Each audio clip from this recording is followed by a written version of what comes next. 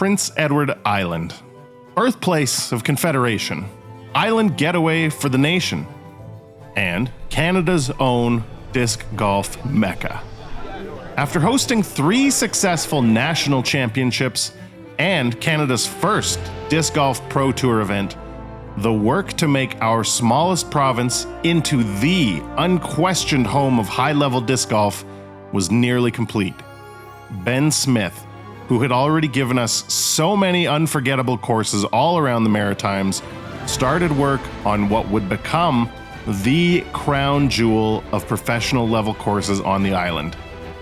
Kings Pine Disc Golf Park debuted in 2022 atop the hills of Mount Stewart. Every material used in the course came from the course itself. Specialty grasses became rugged and hardy fairways, and special care was paid in the use of equipment that would not damage the delicate ecology on the property. It would become a demonstration case for modern, professional course design for decades to come. But what came instead was a disaster so unthinkable that it would break the spirits of the region's most indomitable optimists and dreamers.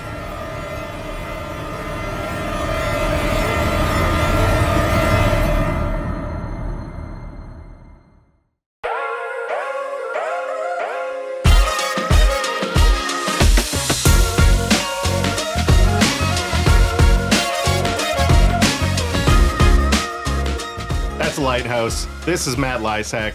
I've got Jeremy Gauthier, and we are about to watch the final stop on the Canadian Disc Golf Tour, 2024 Discmania Open. You've been waiting for it patiently. Here it is.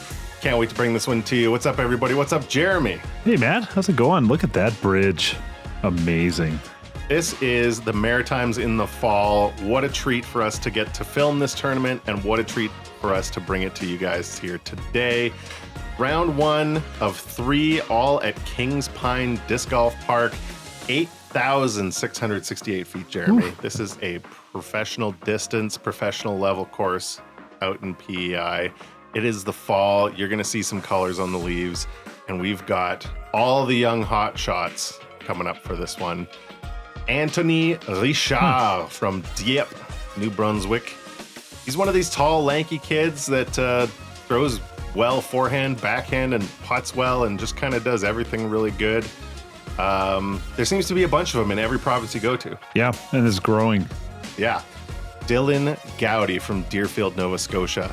He might be one of the best up-and-coming players in this country. Similar to Anthony, skilled on backhand, forehand, putting is insane. This kid has a bright future. He's been up on the top 10 leaderboards at Canadian Disc Golf Tour events a bunch. Cool. James Mallard, kind of the hometown. We're not right in Charlottetown, but we're not far off of Charlottetown. He is, compared to the rest of them, not super, super young, but he is, as his stats might lead you to believe, he is just a very good all-around player. No real faults in his game. He can go either side of it. And then coming up from Charlton, Mass, Sam Streeter. I'd never heard of this kid. No, me neither. He's not a kid, I guess. He's a young guy, though. Holy smoke. See that 93 on his forehand? Yeah. Yeah. I'm looking forward to seeing that. You're going to see a few of those. Cool. Kid can putt. No slouch with the backhand, too. He's kind of selling himself short there. So we are in the final throes of the Canadian Disc Golf Tour. And since Nationals, there's been a bunch of A tiers, B tiers, and Casey Hannemeyer has gone on a tear, Jeremy. No kidding. Jeez. He now leads Noah Higgins by over 200 points with only a handful of events left. This is late in the year in 2024, so it's going to take a lot for Noah Higgins to catch him. See what happens at the end of this tournament. Do you guys have any special multipliers for this event? Is that making just to spice it up a little bit more? Canadian Disc Golf Tour events are always worth more points, Jeremy. Oh, cool. So, hole 1 is a par 5, 641 feet. Welcome to Kings Pine. Holy smokes. There be trees, there be turns, there be twists. This OB on the left, or is it just a tight shot all the way through? I think maybe if you get out all the way to the field on the left, there might be some OB. There is a Mando on the right. We just passed it a minute ago, so you do have to. You can't cut around this C-shaped fairway. Yeah. You do have to follow the fairway. It is nothing but trees. It's going to take 3 shots for most of these guys. You could have 2 miracle shots and still probably be 50 feet short. It's just that technical. It's a mean way to start at this golf course. No kidding. And this is a Ben Smith special. So nerves will be tested.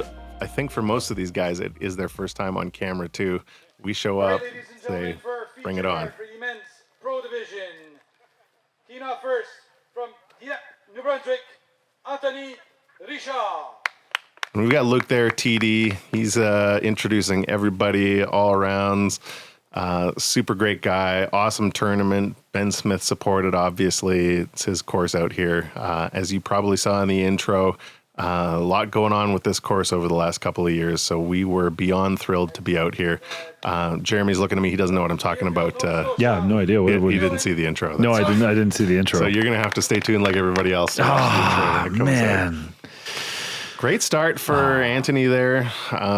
Just being in the fairway on this first shot is pretty key. It's a lot of these guys are kind of throwing a hyzer that might pop up just a little bit. Well, it's just trying to cut off the corner a little bit. Yeah. Kind of looked like that's a nice shot. That's an extremely good shot. Didn't mention off the top, we were kind of getting into it super fast, but this coverage obviously brought to you by PDGA Canada. All your player fees in all these tournaments, stay invested in Canada. Places like this, tournaments like this, coverage like this, and also the patrons of Park Pro. Thank you guys for keeping us out on the road all year. This was a year to remember out there, and we couldn't have done it without all of you patrons. So thank you so much from the bottom of our hearts for that. Inspiration, for you guys to just keep going all year. It's great. Yeah. You guys been working hard. Everywhere we show up, people say, "Hey, it's Park Pro. Awesome. Glad you guys are here." That means more than you guys could imagine. So, people just letting us know, hey, we saw that tournament. We're excited to see this tournament. Is that going? Are they trying to go? Like Samuel, was he trying to go between a couple of trees, or is that just an optical illusion? He might have been trying to cut that one.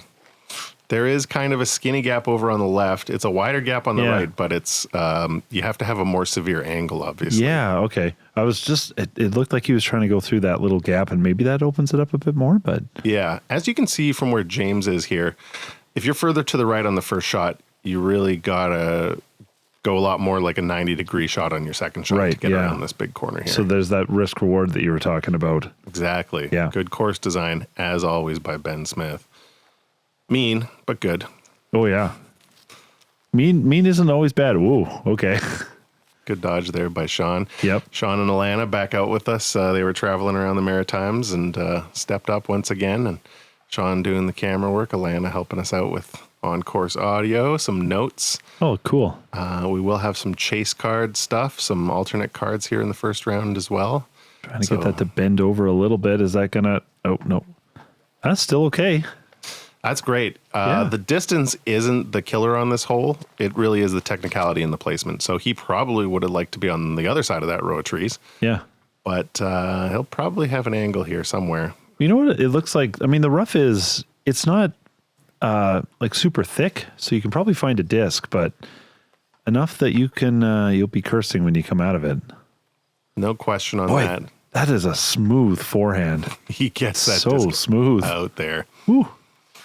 Yeah, I was really glad that Sam and a whole host of people actually came up from Massachusetts. So, but Sam is going to be on our feature card here today. We will probably have some coverage of Rose Shurtick. We got a few holes of the FPO. Unfortunately, the timing didn't really allow us to get all of the FPO coverage, but we got a few holes of FPO and Rose. Okay, as part of that Mass Brigade too. So, I'm not going to call them mass holes.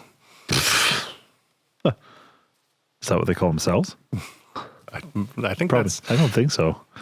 That's what they call them out in Maryland. That's a nice upshot. Yeah. Oh, this approach shot. Yeah, you know, I can see what you mean. I really like the design of this hole. It is beautiful. Yeah. So, Jeremy, you were not at this tournament. I was not at this tournament. So you get to watch this blind. Yeah. Which is very exciting for me. Yeah. Oh. This course underwent some significant changes by nature. Right. It was same time as was it Hillcrest that went down? Did they kind of went down around the same time. Yeah. So Yeah. we've got some new holes, we got some old holes, and we got some holes that don't look like they did when this course was installed a couple of years ago. Okay. But it's still an amazingly fun course to play. It still looks beautiful in these fall colors. Ooh. Anthony's not able to catch this first putt here. Yeah. Good form, though. You can see he's capable of dropping them in from out there. Oh, yeah. Nice and smooth putt. And Dylan, I'm going to chalk that up to first hole on camera nerves. Yeah. It's a real thing. It's absolutely a real thing. But not for Sam. Casual par, he was kind of out of position, and with a big backhand Annie followed by a big forehand, got himself back up the fairway. So nicely played by him. Anthony, after missing the birdie, easy cleanup for the par. We're going to have a pretty, for how difficult this course is, this hole especially, this is a pretty good, solid, uneventful hole for these guys to start out on. Yeah. Do you have any idea of what the average was for the first round on this hole? I don't, Jeremy, because you can see me pulling up my phone right now. I don't know why you would put me on the spot like that. I don't know. Well, I can almost guarantee it averaged over par, though. yeah. That definitely is one of those ones where you'd be kicking off trees and all of a sudden you're scrambling to make par. Yeah. Oh, such a gorgeous hole. Nice standstill from Yeah. James Mallard. Canada Songbird, what he calls himself, and I told him I thought that title was already taken. He said no, Oh. he's Canada Songbird. Yeah. Let us know down in the comments if you know who Canada Songbird is. Hole 2, par 3, 334 feet. After that slog of a par 5 where you're hitting trees, getting triple, quadruple bogeys, you have a much more open, straight shooting 334 foot par 3. Yet very tight at the same time. Very tight. Looks like opening Mando on your left-hand side, and it looks like the right shot is to go over the shorter the shorter tee box. There's no right way to do this hole. I think there's a forehand gap. There's a flexi forehand gap. There's a backhand pop-up gap. There's a backhand around the outside gap. There's a lot of different ways to go about this hole. Boy, this looks tricky. Right-hand backhand perspective. You got to hit that line just perfectly. Yeah, so this is the kind of flip-up backhand line. He got it a little bit too high. Yeah. Got a bit of work. Yeah, from the camera's perspective, it more looks like a forehand friendly hole. A slight turnover, yeah, just like this, and then fading back. Wait a minute. I mean, it sets up real nice for that shot. Wow. I mean, if I had a forehand like that, that's what I'd be doing. Yeah. Dylan is so good. He's I'd say equally comfortable forehand and backhand. And so if he's putting down a forehand on this one, it's probably because he thinks it's just the better shape for the hole. He's not trying to protect or guard against a strength or a weakness. He's just identified that as the shot. Yeah. And rough go by James, but we'll see if Sam taking a bit of a higher route. I wonder if that was probably not on purpose. Probably wanted that a little lower, but he's putting for bird. Yeah, he's right at circle's edge. Not thrilled. He'll take the fist bump, but not thrilled. All right. Let's see if James can scramble his way back to the basket here. Go, go, go. Oh, yeah. A very scrambleable course is what it looks like. A lot of scrambling going on, and because of the winds and the hurricanes that came through, there's some places where there is a lot, but the course owners, and with the help of some other people, did a Herculean job of cleaning up a lot of the deadfall and the down trees. I mean, like full-time job for over a year, just moving dead stuff, fallen stuff. Yeah. So yeah, there's some sections where you don't want to go, but around the playing areas, they definitely cleaned up a lot. So it is scrambleable. Oh, nice putt. Great birdie by Sam. Nerves of steel. Yeah, he seems pretty cool, calm and collected for a guy that's, I'm guessing hasn't played on camera very much. Yeah. But probably a very competitive disc golf scene down in Massachusetts. No question. No question. Used to the stress of the rounds. Mm-hmm.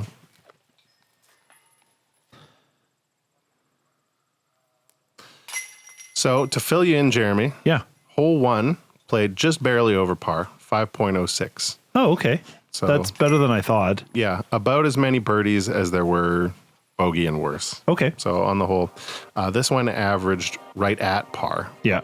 Yeah. right at 3, which is a little bit surprising. I'm kind of surprised to see some bogeys on this one.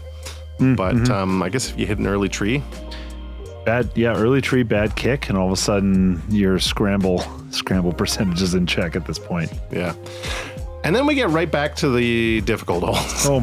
Yeah. Wow. This one is a par 4 with a very narrow twisting fairway to get to a good landing zone. It's going to dogleg over to the left here, where placement is absolutely crucial here because it is another tunnel to get to the basket. Kind of 2 different tunnels depending on how far you get here. Sure. Yeah. You can see this tree over on the left-hand side and on the right-hand side of your screen. Just the incredible amount of damage that was done to this course. But this hole, it remains intact and is in great shape. You will see some guys trying to go over the top just because that first fairway is pretty gnarly. Yeah. To weave your way down. Kind of looks like flip up backhand and then just have it fade. I don't know how far that first oh, it's quite a ways. Well, you're going to see Oh. one attempt here by Sam. Maybe didn't get it over as much as he was hoping. Definitely didn't get over as much as he was hoping. Remember how I was saying that the rough didn't look very thick? He found the thick parts. That is some rough over there. Very thick. That's easily a lost disc potential right there. So card is going to be put to the test here trying to find that one. Looks like Anthony's lining up a slightly lower shot here. Going par in his first 2 holes, and that one was not the shape he was looking for, but he does not get punished. In fact, he kind of gets rewarded. He's doesn't have the distance, but he is most certainly wide open in the middle of the fairway. Mm-hmm.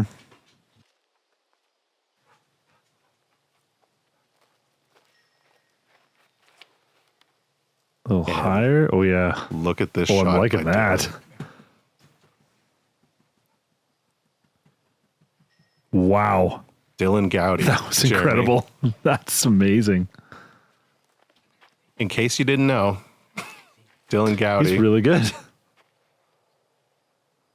Holy smokes. How far was that? Further than I can throw a disc at a regular golf line. Yeah, live. There was that one tournament where Macbeth went right over all the trees. I can't remember which one it was, but that was very reminiscent of that. Yeah. That was very incredible. Okay. Ooh, boy. And yeah, it shows you the advantage of getting distance on this one. Yeah. It's like what Anthony's got here. Yeah, he got a little bit lucky on the kick, but he is not lucky at all on his placement for his second shot. But he does a remarkable job of getting around the corner to a good spot. That was great. Now we go on a walk in the woods. Nope, we stop at James first. And he's lining up the forehand roller, the fall down forehand roller. What? You'd love to see it. What? Actually that manages was amazing. to sneak most of his way down the fairway. Whew. And we did find Sam's disc. No way. Yeah. But what do you do from there? He has nothing but a pitch out. Oh no, is he on the other side? Oh, okay, that came back. That actually was pretty nice from there. I don't know if that was his. That was really look at these trees. Holy smokes! Yeah, that's what he had to go through. That looks like the kind of tree that Fred Penner crawled through. It might be the same one. Yeah. Am I dating myself on this one? Does everybody remember Fred Penner? I think so. Our demographic would seem to suggest that some of these people will know Fred Penner. Jeremy. Yeah. All right, now let's see what he can salvage out of this. Oh. I salvaged him, Jeremy. And now we finally get to Dylan's second shot, and he is in the perfect place for just a textbook forehand approach shot. That's that Discmania drop had just come out, so Dylan and a few of the other Discmania players were super excited to have this new approach disc from Discmania at the Discmania Open. Perfect time to have it. Is the drop a little bit more of an overstable tactic, or I think just a shallower tactic. Okay. Yeah. I think the idea is it's just a little bit less deep in the hand. Okay. Wow. Nice run, Couple though. of great bids by Anthony and Sam here. We do have some hot putters on this card, so we could see some fireworks here this round. Sure. This is kind of, just to get back to the course design idea, there's been a lot of talk about, do you prefer skinnier baskets or more stuff in the way? This is actually quite a nice example of a course where you want stuff. Nice putt, by the way. That was really nice. This is kind of a nice example of, you have some skinny trees in the way. You've got to pick where you land on the green. And if you don't, you could be in trouble. Oh, yeah. Oh, no. There's trees on the fairway. There's trees by the tee boxes, and there's trees by the green. Yeah. Just an awesome use of space out here. Beautiful forest out here. We also saw it mentioned in the opening credits there and kind of missed it. But the Gills, this is their property, Gill Construction, one of the sponsors of this event. Mm-hmm. And to have a disc golf course built on property like this is just an incredible treat to the entire disc golfing community. Yeah. And then to go through a monster rebuild after having gone through the process of building it in the first place. Can't say enough about them. So if you ever meet the Gills out there, please give them a huge thanks for letting us recreate on their land in, a Ben Smith designed course.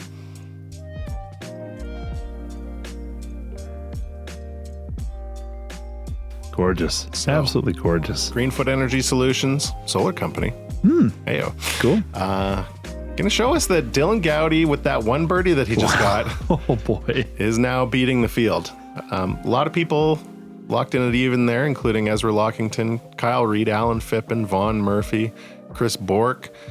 Sam Streeter and Anthony and James are all starting to fall a little bit behind here, but we are very early, and there are so many birdie bogey holes on this course. It's not even funny. And one of those other aspects of good course design is score separation, and this one has it. Holy smokes. And this hole is going to be one of them. This is one of the new holes, which was kind of surprising to me because it I think is kind of an iconic hole already in my mind. Looks like a very well carved out. 310 feet and cool. About 3/4 to 80% of the way to the hole, there is a giant out of bounds valley. Oh, that's awesome. So you kind of pick, it's not really a decision. All of the 310 feet, all of these guys are going for it. Sure, but you kick a tree back, you're in trouble already. No question. Yeah, those trees in front definitely influence it. The best case scenario is you kick backwards onto the fairway, short of the valley.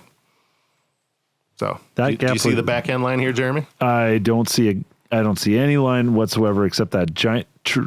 Oh, he made it through. Oh no! Last tree. Oh man! Kicked OB. Mean hole, but fun hole. This is one of those bag emptiers in your practice round kind of holes. Yeah. I like the attitude on that disc. Gentle turnover. Kind of trying to find that gap over on the right hand side. Okay. Anthony finds it. He couldn't have been more than a couple of feet off of where Dylan's disc was. Yeah.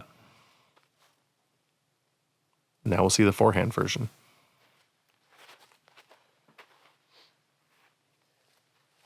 Oof. Excellent shot by James. I think it's an optical illusion because I don't think there's trees before the drop, is there? Yeah, and it looked like he was going to square it. Yeah, that's what it looked like. Okay. It just started moving right at the right time. Yeah. And Sam's going to follow that same line.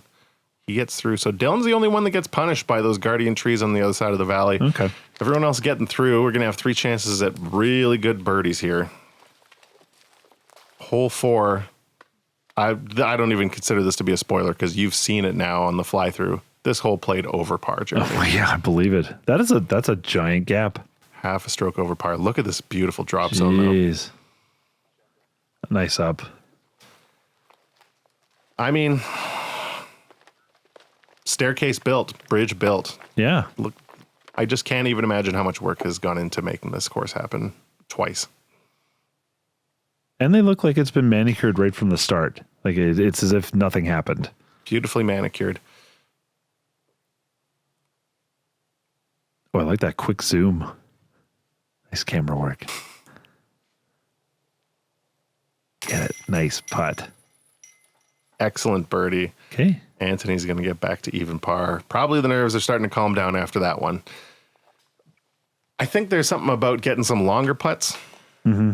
If you're kind of nervous, you're playing on the feature card on camera. You get some longer putts like that. You maybe don't expect to make them. He's probably making them in practice, but you're not thinking you're going like 9 for 10 from that range. So to get one of those, I think goes a long way. To me, I'd rather have a bunch of those than a bunch of 15 footers. Mm-hmm. Yeah. Because even if you're making those 15 footers and you're nervous, you might still be nervous afterward. Yeah. And then you end up 30 feet back, and then you've got more nerves piling on at that point. Yeah. Yeah. So with this shot, Anthony's going to get 1 on most of the card, 2 on Dylan. We are compressing back toward even par here. Under par on this course is quite good. Yeah, no kidding. Gorgeous. Beautiful. Just in circle 2. Michael Jordan tongue out.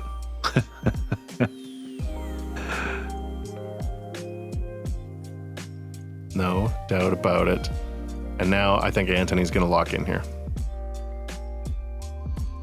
That hole played half a stroke over par, Jeremy. Wow. So par 5, 737 feet. This is kind of the twin brother hole to hole number 1. Another par 5 with a gentle turn the whole way. This one's turning to the left instead of turning to the right. Okay. I like how they put the logs down. It's the rollers. I could see the rollers being very tempting on this course. Like hole 1, hole 5, putting those down just kind of cuts that off a little bit, because you could get some serious distance here if you can get a roller to stand up. For sure. The ground is relatively even and level. I mean, it's got some undulations for sure. Mm-hmm. But yeah, I think they recognize that with all the foliage still in place here, you want to keep those discs in the air for the maximum challenge. So. Mm-hmm.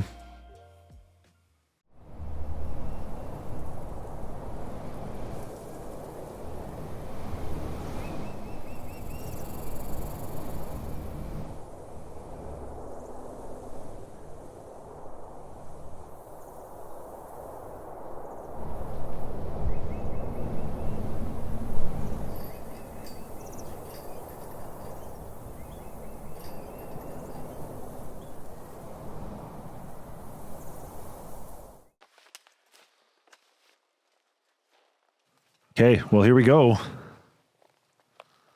What are they going to do? Look, gap on the far left, gap on the far right, going right up the middle. Oh, no. I like what you said about optical illusions on that last hole, Jeremy. These trees are so big. They are, yeah. We're both from Edmonton, and we just literally don't have trees this big. You could fit 5 of the trees that we have here into one of those. Pretty close. Yeah. So it does make seeing distances challenging for people that come from places with smaller trees. That is pumped. You know what? Even with the late finish there and the challenging footing on the second shot here, I think James is going to be happy with that drive. Yeah. He bit off a lot of distance. He played the outside line. Yep. I thought he had it all the way, but then I just had to go and open my big mouth. Looks like a slower disc, maybe even a putter from Sam there. No. I think he was just kind of trying to float it over both of those fallen trees, get himself into the biggest landing zone there. Not a bad play on a 737-foot par 5. Yeah. It really highlights the importance of accuracy and shot placement when the distance is a gettable par 4 for these guys. Mm-hmm. But the scores would indicate that this is a lot more challenging than that number would lead you to believe. And if you're, honestly, if you find yourself struggling in a round, it's just nice to reach for a disc that it's going to behave the way it's going to behave. Drivers being a little bit more on the edge. Yeah. Just kind of nice going with more familiar, and sometimes a slower disc is what you need. Somewhere where you can just hit your line and you know where it's going to land. The high speed ones, you don't always know with the skip, with the how much it's going to flare at the end. Yeah. For sure. Sometimes you got to know where everybody knows your name, and they're always glad you came. Yeah. Cheers to that, everybody. Cheers to that. Dylan gets real lucky with that one. That could have easily put him out of position there. Looked like the right disc. Looked like kind of like what we were talking about there, a flatter disc without a lot of finish, but he just pushed it long and got bounced back into the fairway there. And it looks like as the hole progresses, the fairway gets narrower. Yes. Like you have this really wide gap, and then all of a sudden, Yeah, and like you can see there with the shape of that shot, it turns to the left and then straightens out again. yeah. So this approach, for a lot of these people, they're going to be trying to get there with those distance drivers, but there is just no way, according to the laws of physics, that a disc is going to follow that shape. So you see great shot here from Anthony, and he's playing it to the elbow. He's not trying to get around the corner to put himself out of position. He's just laying up to the elbow, so he's got a straight shot at the basket there. Wow. Smart disc golf by Anthony.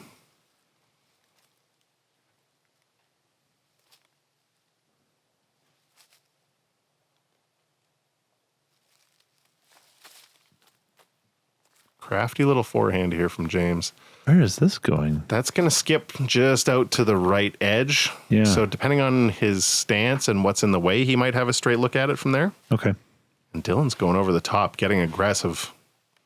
Well, they're showing the basket, so it looks, yeah, okay.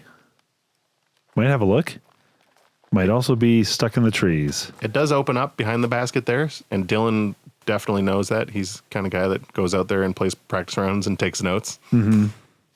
So I bet he identified that as an opportunity to just go over the top, splash out to the left, and the trees are a little bit thinner over there. Yeah. Yeah, that is a funky approach. That is a super overstable approach disc. No kidding.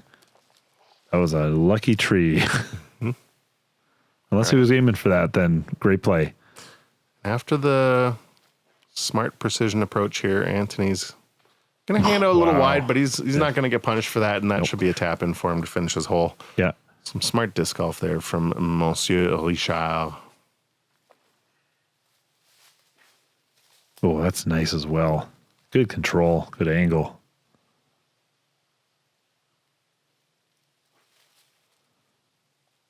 Boy, that tree was just, it was sure pointing in the right direction in front of him. Hey, just hanging to the right. Mm-hmm. Oh, had a couple of those now. You saw him getting frustrated earlier in the hole, kind of got his scramble shot, second shot, hit a semi-late tree, and you could see some frustration in his face. Mm-hmm. He was definitely feeling it on a couple of these holes, and you got to think it probably wasn't helping the putting on this hole. You don't want to be walking up to a putt thinking about a frustrating shot that happened earlier in the hole. Mm-hmm. So he's going to eat the bogey on that one. Everyone else is going to get out with par. This hole did not see any birdies in round one. Really? Not a single one. Jeez. Oh, is this another little canyon shot? Beautiful, picturesque little canyon off the tee here, par 4, 440. But it goes straight and then goes left. Hard left. Oh, wow. And you gotta fight through those guardian trees at the beginning too. Yeah, so this is the landing zone here. Ideal landing zone is that little yellow ribbon that we saw. And then you got probably a forehand approach or left-hand approach. Left hand. And then the basket is tucked away over on the right. Okay. So that's how most of the normal people are going to play this hole. Oh, wait. You're saying normal people. I'm not foreshadowing anything. What's going with that, Matt? I'm just saying most people are going to take this hyzery backhand. Yeah, like that. That's probably a little wider than you want, but it's nice and safe. You won't be in trouble over there. You're just making the second shot a lot longer.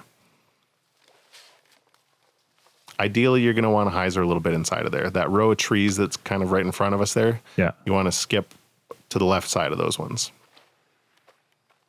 So that's a real nice hyzer angle from James. Yeah. And maybe even a little bit too much. But at least it's open from there. Well, I'm glad you didn't scare too many people away from trying a weird, different route, Matt. It looks like another hyzer play here from Dylan. Yeah. That is, to my eye, that's the angle. Nice little skip. That's the perfect result there. I mean, it's not at the yellow flag that you were talking about, but, Okay, what's Samuel doing here? And now Sam is going to kind of blow our minds here by breaking this hole. There is somehow a gap. We didn't know he was going to do this before we went up to film this hole. So we didn't even think about flying the drone over there Didn't think it was a thing, and then he just whipped it out, and he hit a tree, What? but he got through. What? Okay. And So he's got an eagle putt. so he's got an eagle putt. The way he was walking away from the tee box, he looked like he was just ready to quit for the day. But that was a very silent, but finally. He's kind of a tough guy to read because he sort of has the same body language when he does something amazing and does something terrible. It's also possible he heard that tree and none of us thought it was any good. That's very true. It's totally blind from that side. So I believe that's that drop getting some more use here from Dylan. We saw that disc all over the course all weekend. And look at James Mallard. He's got a real tasty forehand. He doesn't have the power of Sam on that forehand, but James is pretty good at the angles and really good at the speed control with his forehands. This ground looks pretty fast too. Like you take it looks like your skips will go a long way. Yeah, they got some chips down in some places. Yeah. And the dirt is relatively hard packed. The weekend that we had out there was just the perfect fall weekend. You can see all these guys in shorts and t-shirts. I'd say, except for Sean, our camera guy, but he runs pretty cold all the time. So and bugs, you want to keep the bugs off of you. Mm-hmm. But I'd say it was probably 17 degrees out there and sunny. Oh, that's perfect. And just a joy to be out there. Oh, no. You never know what you're going to get in the Maritimes, especially as the season starts to get a little bit later. Yeah. But we were treated to some absolutely gorgeous weather out there. Late nights on the beach, hanging out. Nice.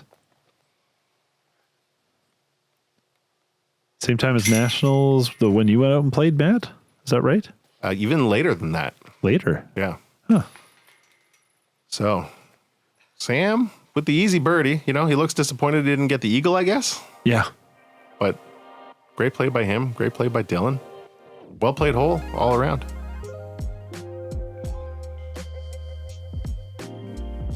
I just love trees, Jeremy.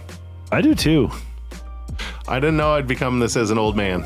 I took trees for granted for most of my life. Yeah. But something about disc golf, I just love trees. Yeah.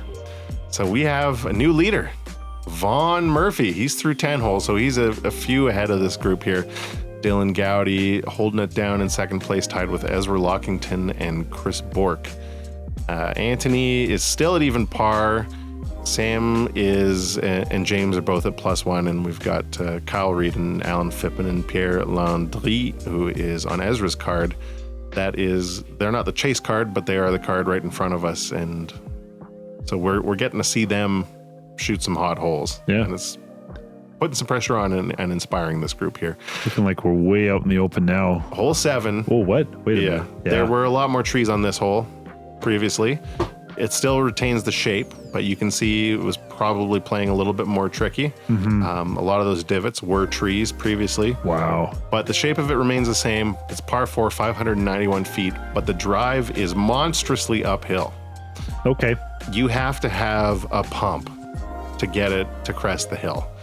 Once you crest the hill, you get a little bit of bonus distance, and the further you can get on your drive clean, the better, obviously. Yeah. So, but how good is your angle control throwing way uphill? We're pretty close to sea level here. We're actually on kind of a high point on the island, so we're not right at sea level. Okay.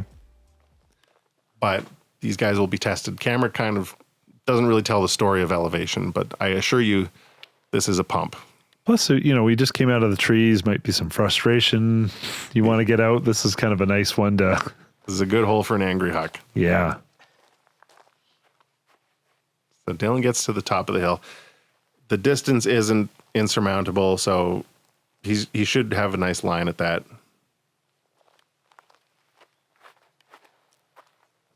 Boy, he's winding up. And if that... Oh, yeah, it's fighting back That's down. coming back. That's nice. That is so far, Jeremy. Nice.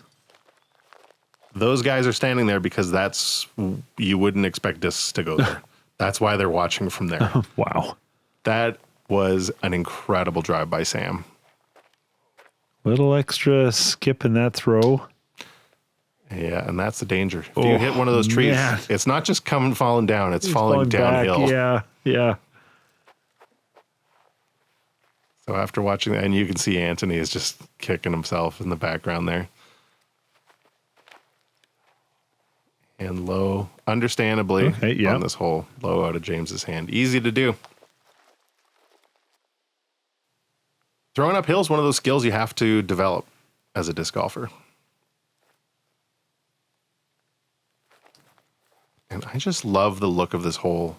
There's one of those trees that was kind of sideways, diagonal on it. Yeah. I wish I knew what kind of trees these all were. I love trees. I don't claim to know the trees. I think these are called the leaning larch muffins. No. Maybe. No. Yeah. I'm no treeologist. That's right. That was a nice approach. Yeah, really well played. Yeah, it's interesting when you're first learning out playing disc golf, like even the slightest elevation change, you got to change your angle of release. You want to get as much distance as you can, but it's not very intuitive. You think you just want to huck it as high as you can and as far as you can, but that almost hurts it. There's a major skill in that. Tremendous second shot there by Dylan. Yeah. Beautiful. And I'm telling you, Sam is so much closer than Dylan had a spectacular drive, and Sam is another 100 feet past that. Man. I really can't put into words how impressive that drive was. What do they put in the water in Massachusetts? I can't speculate on that legally anymore, unfortunately. I've handed that case off to Aaron Brockovich, but it's probably livestock steroids, just judging on the distance. Oh, that's not a good run. That would have been a great finish to that hole for James kidding. after the tough drive. All right, big birdie putt here from Dylan. Let's see it. Nice putt. Confident putter. Dylan is a COVID disc golfer. Okay, what? Really? He is, I can't remember if he was still junior age at the time of this tournament. He may have been. Wow. He only started playing during COVID and basically taught himself from YouTube. Really? And now he is one of the best players in the entire eastern half of the country. And I think, maybe this year or next year, he will be challenging to be one of the best players in the country. That's incredible. Something to be said for being young and having a bunch of time on your hands. Yeah. Where was he from again? Deerfield? Okay.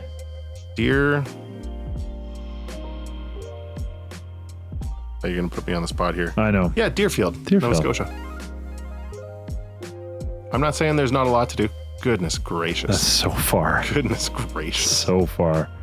Stop it, Sam. Well, hopefully we see him out west for a couple of tournaments. Yeah, I hope he gets to do some traveling. I don't really know what his life goals and ambitions are, but he likes disc golf a lot. So I'm hoping disc golf is going to feature at least a little bit in those life goals and ambitions. Plus, I mean, you got to see the rest of the country at some point. You got to see the rest of the country. Might as well have a good excuse.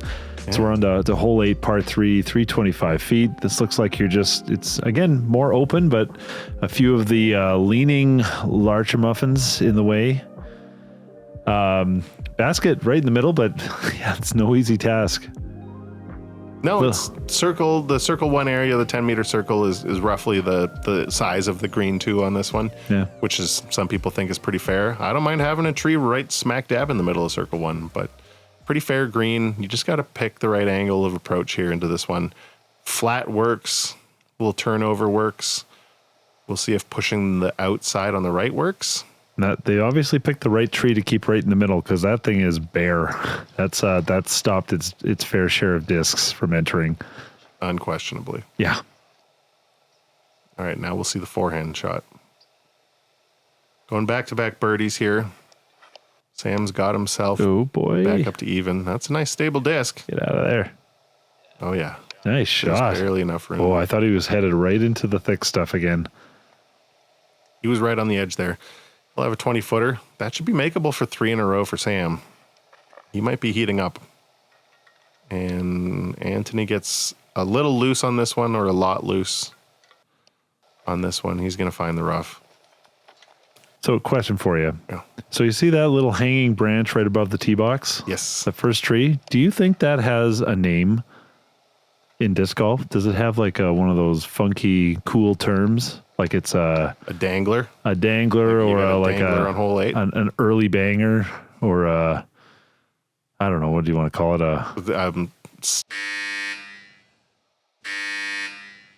What? Oh, please make that a thing. Oh, have you ever thought about going into comedy, Matt? No. Oh. After doing all that work, it's tough. He was right near the edge of the circle here. Sam's going to have another shot. Oh, no. He doesn't convert either. This one is going to be one that they're probably going to want to get in round 2. Yeah. Because hole 8 on the shorter side for the par 3s, one of the holes that played under par at 2.82. All of these guys can get there. All of these guys have that shot. Boy. But unfortunately, they did install a force field on the basket. That was a harsh one, too. Yeah. These Disc Golf Park baskets are great. They won't catch right at the edge of the chains. Yeah. But they shouldn't. They keep you honest. They do keep you honest. So we got one over on this hole. And I think we're seeing some frustrated players here walking over to hole 9. Oh, yeah. So we're going to get to see whose mental game will serve them well here. We're heading over to one of the other cards here. Patrick Toole. That's a laser. Colorful scorecard. But here's Vaughn Murphy, who has 5 birdies on the day, a couple of bogeys, and now make it 6 birdies on the day. Another one of those Jonesboro shirts. Yeah. Yeah. So 4 down for Vaughn Murphy, suddenly finding himself, I think, pretty healthily in the lead of this tournament. So we went out and sent a camera after him to cool him down. Hole 9 is a par 4, 426 feet, big dog leg over to the left. This spot here is a pretty good landing zone for a nice, easy approach. It's not, again, really the distance that's going to kill you on this one, but it's finding the right landing zone and not getting out of position. There is rough on the left. So all of these guys are trying to shoot a right to left shot. And if you go too right to left, you're in deep trouble. If you go not far enough, you're just making the hole more difficult. And there is a very defined fairway and it's very skinny. I'm going to get back to my my tree discussion. That giant tree on the right-hand side, the whole time, can you think of it going, hey, I dare you to try and hit me. Look at me. Look at me. That tree over on the right is... That's a loomer. Probably... What the... Older than... Did he just go over everything again? He sure did. Oh my gosh. He sure did. That's incredible. And he has a wide open look here. Two trees in the way to the basket here. That's one of the oldest trees on this course right there over on the right. Okay. And it's older than everybody on the island that's alive right now. Do they have a name for it? Do you know? This was the hole that had the King's Pine, and you're putting me on the spot here. Okay. And well, you know what? I don't recall if this was the exact tree. But you know what? We have a couple more rounds to go, so we'll just all forget we had this conversation, and you can talk about it in the next few rounds. Yeah. It really is tragic that a lot of the trees that were lost here were the oldest of the oldest trees. Mm-hmm. And really, I'm talking like over 100-year-old trees, a ton of them. Wow. This looks good. It's just got to fight through a little bit more. That was great. Yeah, really great shot there. Oh, boy. And the trees that did survive are going to have some stories to tell for the next 100 years. Mm-hmm. Some of them about hurricanes and some of them about being hit by plastic frisbees. I like the idea of the roller. Just must have caught something odd on the ground. I think so. And James doesn't like the idea of a roller. For a wide forehand. Way over top of everything. What? Sneaky good forehand. Yeah. On Canada Songbird, James Mallard. Cheap. I don't know Canada Somberg. I'm going to have to look that one up too. But I'm sure it doesn't go cheap. No. It's a person, first of all. Oh, well, I'm sure they don't go cheap either. You're really not getting that trivia point. I really don't know. No. Well, Sam Streeter's making this hole look a lot easier than it is. I assure you, it is a challenging hole. That couldn't have been easier for the guy, just going forehand over the top of everything and then hitting the post with his upshot putter. You know, he's had a couple of difficult holes. Wow, what a putt. Sir, Anthony. What a putt. He was making a bit of a dog's breakfast of that hole, but that's going to save a good par for Anthony there. Yep.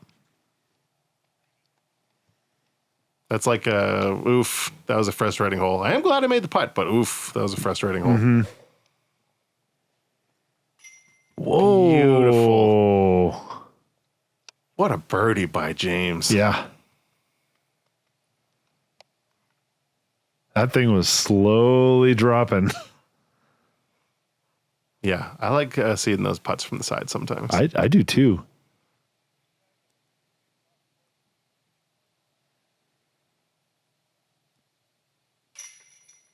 Another birdie. And Sam, I have a feeling Sam's going to tap that one in. That's 3 birdies on this one. Anthony with a par that probably feels like a birdie. Well played hole by the group. So they did recover after kind of a shaky hole late.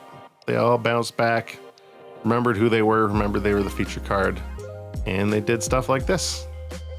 Sam might have been half trying to throw this thing in. Certainly no lack of want on this thing. That looked like he was going for it. Smacking the post. Yeah. I'd call that a cheeky smile, Jeremy. Would you call that a cheeky smile? I want you to put some 90s sitcom theme song music to that one. All right, it might be a little late for that. So with that birdie, Dylan is going to bring himself to 3 down, tied with Ezra Lockington a hole ahead of them, but they both trail Vaughn Murphy, who we just saw, sitting at 4 down. It's interesting. I was expecting less of a spread, but there is a higher spread of these scores now. I thought we were going to see more people hovering around even, maybe a bunch of people at -1, and then maybe 1 or 2 people breaking away, but it's a lot. Like it does seem like it's being spread out among a larger amount of people. So Lodder, boy, I gotta learn how to talk. Yeah, I agree. It is. The more holes go on, the more we're going to see separation because, like I said, a lot of these holes are score separators. Few holes ago, we had one of those holes that was like 25% birdie, 25% par, 25% bogey, and 25% worse. So I think we're going to start seeing those scores separate a little bit. But in the meantime, hit subscribe and come on back for the back 9. Hey, James. Psst. Classic Mallard.